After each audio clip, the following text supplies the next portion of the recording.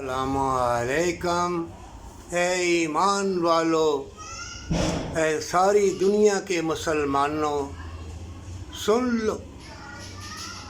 پہلے پیغمبر آئے، انہوں نے بے حیائی کی، شرک کیا، شراب جوا، تو انہوں نے اللہ سے کہا کہ اللہ تباہ برباد کر دو۔ اور مومنوں، اللہ نے تم کو قیامت کا نہیں بتایا، اللہ نے اپنے اندر یہ راز رکھا۔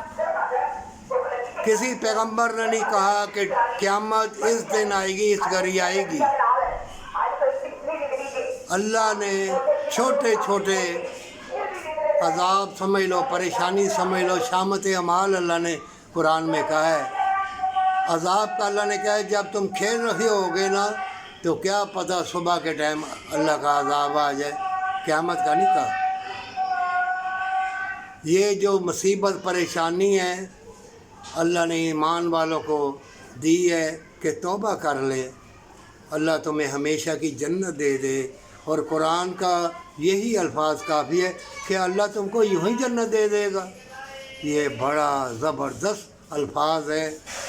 اس لیے تکلیف آئے، پریشانی آئے، غم آئے، فکر آئے، تمہیں دھکے دیے جائیں بیماری کے، تکلیفوں کے، پریشانیوں کے، اے ایمان والے اپنا لباس نہ اتارنا، اللہ کے مجرم نہ بننا، توبہ کر لینا، توبہ کر لینا، تکلیف پریشانی میں توبہ کر لینا، کیونکہ قرآن میں ہی آیا ہے کہ بے شک مشکل کے ساتھ آسانی ہے، بعد نہیں۔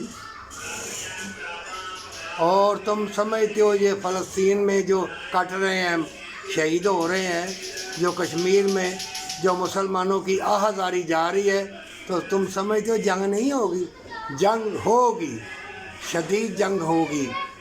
مومن، تمہیں شہادت کا درجہ ملنا چاہیے، حجروں سے باہر نکل آؤ، تویز گنڈے والو، حجروں سے باہر نکلو، نہیں تو قرآن میں ہی اللہ نے حدیثوں میں آیا ہوا ہے، وہ جو پڑھ رہا ہے بڑا عالم فاضل ہے، اسی کے اوپر بستی الٹا دو۔